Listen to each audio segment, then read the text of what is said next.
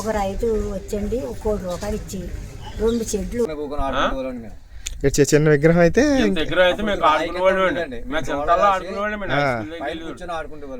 దాని మీద కూర్చొని ఆడుకునేవారు. అలా పెరిగిపోయింది. ఇప్పుడు మీరు వెళ్ళండి, చూడండి, విగ్రహం అంత ఉంటదండి. ఇప్పుడు అవునండి, 7 అడుగులు ఉంటదండి. నేను మీ రామారెడ్డి. ఈ రోజు ఏంటంటే మనం మరి కొత్త వీడియోతో ముందుకు వచ్చామండి. ఈ రోజు ఏంటంటే నేను చూపించబోయే ఆలయం ఏంటంటే శ్రీ లక్ష్మీ గణపతి ఆలయం అండి.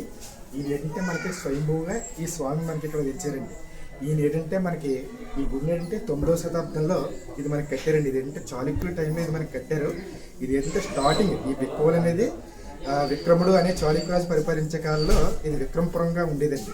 తర్వాత ఏంటంటే పల్లవరాజు పరిపాలించే కాలంలో ఈ బిక్కవల్ని బిరుదాంకిత ఊలుగా అనేవారు. అదేవిధంగా కాలప్రమంలో ఇది బిక్కవలుగా స్థిరపడ్డదండి. ఇది దీని ఏంటంటే చాలా రాజులు ఇక్కడ ఏంటంటే మనకి బాగా డెవలప్ చేశారండి. ఇక్కడ దగ్గర ఇక్కడ చాళుక్యరాజు పరిపాలించే కాలంలో 108 దివ్యక్షేత్రాలు కడదామని అనుకున్నారు. కానీ 108 దివ్యక్షేత్రాలు కట్టాలంటే ఫస్ట్ గణపతి ఆలయం కట్టాలని ఫస్ట్ ఈ గణపతిని ఇక్కడ ప్రతిష్ఠించారండి.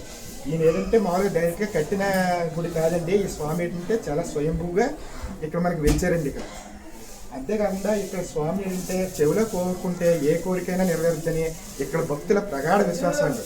ఇక్కడ చాలామంది మంత్రులే కాదు, ముఖ్యమంత్రులే కాదు, ఎంతోమంది వచ్చి ఈ స్వామి చెవిలో కోరుకుని వాళ్ళ కోరిక కూడా ఎంతో నెరవేర్చుకున్నారండి. ఇక్కడ స్వామికి ఏంటంటే ఇక్కడ ఏంటంటే నాగాభరణం పానపట్టం మీద ఒక పంచి కట్టుకుని చాలా అద్భుతంగా కూర్చున్న మూర్తి అండి ఇది. ఇక్కడ ఏంటంటే దగ్గర చుట్టుపక్కల గ్రామాల చాలా ప్రజలకు కూడా ఈయన ఏంటంటే ఒక ఇంటి దైవం అండి. పిలిస్తే పలుకుతాడు అని ఒక గొప్ప నమ్మకం ఉందండి ఈ స్వామి. ఈ స్వామి ఏంటంటే మనకి కాణిపాకం, అయినవిల్లి ఇలాంటివి ఎలాగో ఇక్కడ ఏంటంటే బిక్కవల్ శ్రీ గణపతి స్వామి కూడా సేమ్ అలాంటి శక్తి కలగబడిందండి.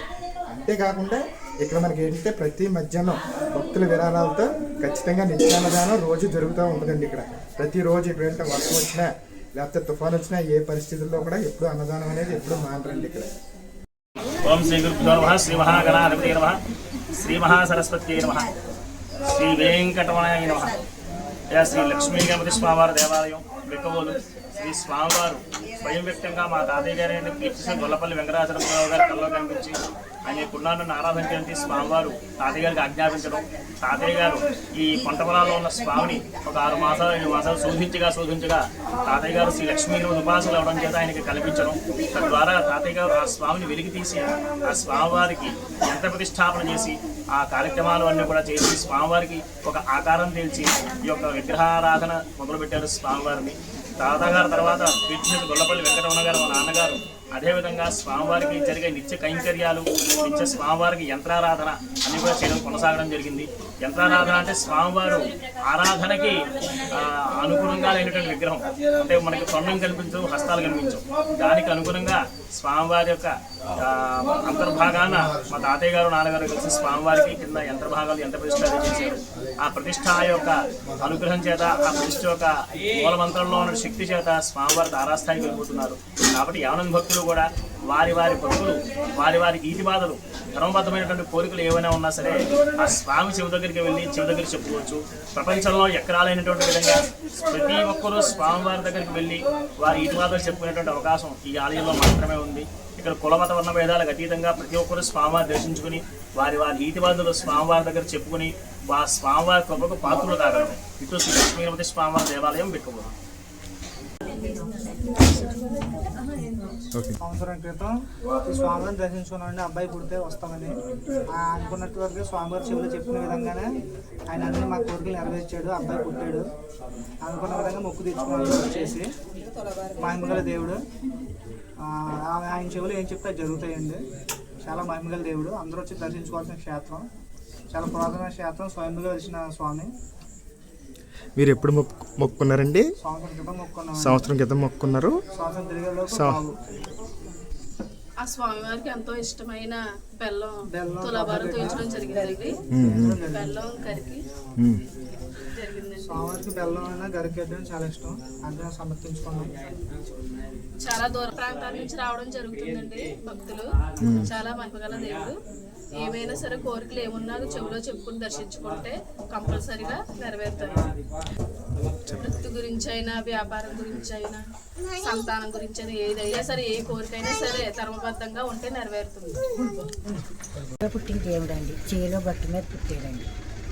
పంట చేను అది చుట్టూరు ఊడ్చేసేవారు, ఎవరో కూడా పూజ చేసేవారు కాదండి. అలాగా వానలోని ఎండలోనే ఉండేవారు. అలాగా ఒకప్పుడు ఒక అమ్ముకోనకి అనకాపల్లి వెళ్తే ఆయన దగ్గరికి వెళ్ళి కల్లోని నాకు గుడి కట్టించు అని చెప్పాడండి. ఆయన ఏమో ఎలా కట్టింటామని మళ్ళీ పడుకుని ఇది కలని మళ్ళీ పడుకుంటే మళ్ళీ ఒక చెల్లిని కొట్టి మళ్ళా చెప్తే పల్నాడు అయితే పెళ్ళి భర్త వదిలేస్తారు, పల్నాడు అయితే 1000 రూపాయలు ఇస్తారు.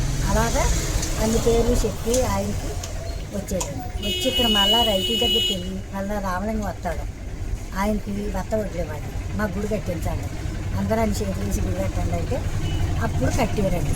కట్టాక ఆయన కట్టిన 5-6 సంవత్సరాలు కొంచెం లేదు, కానీ తర్వాత డెవలప్ అయిపోయింది. డెవలప్ అయ్యి ఎవరు చేసి సాయం ఇప్పుడు ఇంకా ఎక్కువ చేస్తున్నారండి. అంతా ఇచ్చి తలం కొడతారు. ఇప్పుడు తలం కొని ఇంకా పెద్ద గుడి చేస్తారంట. ఇప్పుడు ఎవరు తోసిన గాలే ఇచ్చివాళ్ళు 50,000 ఇచ్చివాళ్ళు 50,000 ఇచ్చారండి. తలం కొన్నారు, చెరువు కొన్నారు. ఇంకా ఇప్పుడు బాగా డెవలప్గా ఉన్నారండి. మీరు ఏమంటే అదే అవుతుందండి. కోరుకున్న కోరికలు తీరుతాడు ఆ దేవుడు. భూమిలోంచి వచ్చి నేను నాయకుడు. ఒక రైతు వచ్చండి 1 కోటి రూపాయలు ఇచ్చి 2 చెట్లు వానలో ఎండలో మనుషులు ఉంటున్నారు, లైన్లో ఉంటున్నారని 2 రేకుల చెట్లు వేయించాడండి ఒక అతను. ఆయన ఎవరో ఒక ఆవిడది ఏదో ఊరు ఆ మేడ కట్టించి భోజనాలకి ఏర్పాటు చేసిందండి. ఆవిడ పేరు కూడా ఉందండి బయట, ఆవిడ వేసిందండి మేడ పైన భోజనాలు తింటారు. ఆవిడే ఫస్ట్ వేసిందండి. తర్వాత వీళ్ళందరూ సాయం చేశారండి. ఆయన అలా పైకి వచ్చారు. ఆయన చాలా గొప్ప దేవుడు.